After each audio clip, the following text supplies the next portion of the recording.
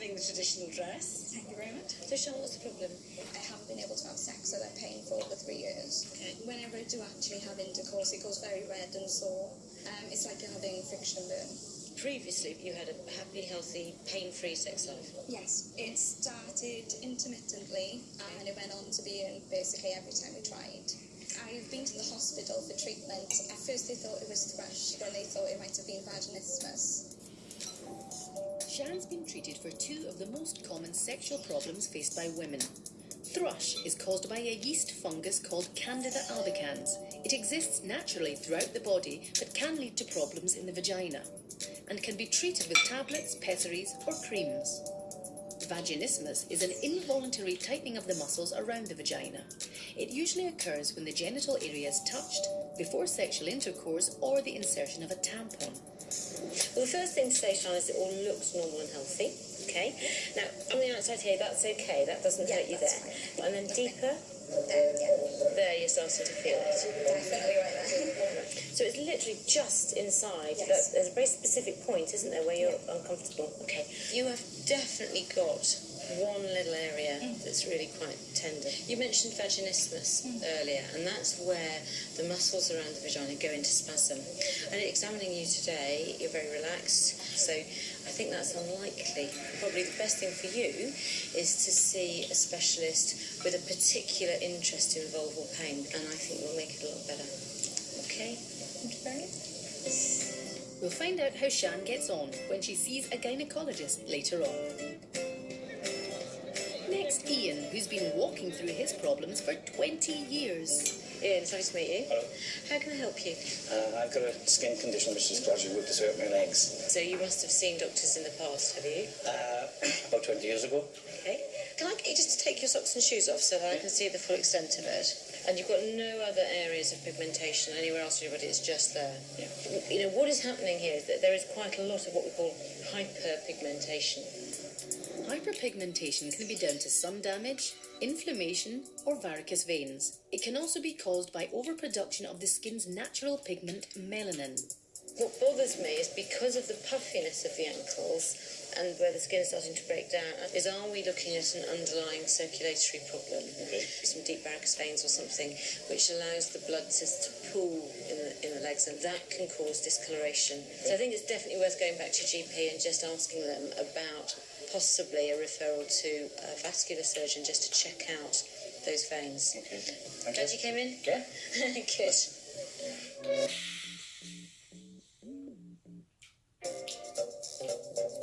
Back at the clinic, the doors are open and the first patient to see Dr. Christian is 47-year-old Anne. I have no self-esteem because I've got no confidence. I can't possibly contemplate a relationship. I don't ever look at myself in the mirror, only to do my hair. I don't ever look at my body because it's just so disgusting. Hi there. Nice to meet you. I'm Christian. Come and have a seat for me. Yeah. And tell me what I can do for you.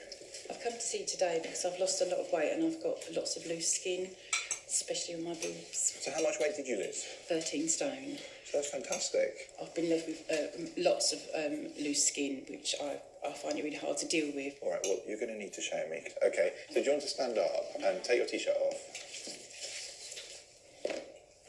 Okay, so first thing I can see is, well, you're very slim to start with, which is great. And you did have big boobs, didn't you? I did. What sort of problems did they give you? Backache, neck ache, and to get a rash underneath and infections. You've lost all of the volume, haven't you? I mean, they've really deflated, and your nipples, to put it unkindly, are now pointing at your feet. A protein called elastin usually helps the skin ping back into place after it's been stretched. However, when Anne weighed 25 stone, her skin was stretched so much and for so long that when she lost the weight, it was no longer effective. What's good is you've got nice, healthy skin all up here. So I think were we to reconstruct the breast, pick them right up like this, have the nipples forward where they should be, you're going to end up with a nice pair of breasts, shall we say. Okay, pop your things back on. Really, the only treatment for this is going to be surgery. We have to lift those boobs up, fill them up a little bit, put the nipples in the right place, all that sort of thing. So would you like me to do a referral for you? Please, very much. It would make you a bit happier. I can tell. I will do that for you with pleasure. All right, Anne. Anne, it's lovely to meet you. Thank Okay, you. bye-bye. Lovely. We'll catch up with Anne later in the programme. We all know what the physical differences are between men and women, but when it comes to our minds, are male and female brains different? Men are better at things like driving. Women probably better at like cooking. Men are good at repairing things. Your brain sex has nothing to do with sexual orientation or gender, but it might tell you if you have a masculine or feminine view of the world. The male brain is also known as the systemizing brain. The female brain is known as the empathizing brain. Although male and female brains are wired to think, feel and react differently, it is possible for a man to have a more female brain and for a woman to have a more male brain. This will influence your behaviour, your emotions and what you're good at and what you're bad at. To demonstrate, we've enlisted some volunteers who do jobs that are gender regarded as typically male or typically female. Construction manager Patrick and designer Jessica do jobs that fit their gender stereotype, while car mechanic Caroline and teacher Jamie do jobs that don't. Neuropsychologist Dr. Anne Moyer is at the forefront of academic studies into brain sex, and her work is shedding valuable light on developmental conditions such as autism. She believes that the life choices, such as the job you do, may not be entirely down to free will, but the gender of your brain. And a surprisingly simple indication of how your brain is orientated can be done by measuring your ring finger. Scientists believe that the longer your ring finger, the more of the male sex hormone testosterone you were exposed to in your mother's womb. In both male and female fetuses, testosterone stimulates cell division, building up cartilage and bone, making the finger longer. The higher the testosterone level, the greater the likelihood of having a male brain or systemizing brain. The more male hormones you get exposed to, the longer your ring finger will be in relation to your index finger. That's about the same length, isn't it? Yeah. Now that's female pattern. So you have got a mixed brain. So I'm a bit of both. You're a bit of both. Absolutely. Dr. Moyer is going to test our volunteers for male or systemizing brain traits. The first test that we're going to do on your guys is surgical skills, all right? This game involves removing body parts from the patient without setting off the buzzer. Good hand-eye coordination is considered to be a systemizing trait. True to form, construction manager and professional geezer Patrick has a steady hand. Good. While designer Jessica gets into trouble. Careful. Touch that and I'll call my lawyer. But that's not just because she's a woman. This lady ought to be good at this, actually. Lisa is a quantity surveyor, a job usually associated with men, and she shows a male brain's ability to have good hand-eye coordination. Finished. Good. Well done. So women can have male or systemizing brains. Right, this is your next challenge, responsible for some truly foul expletives up and down the country. It is the Flat Pack Challenge. You've got 20 minutes. On your marks, get set, go.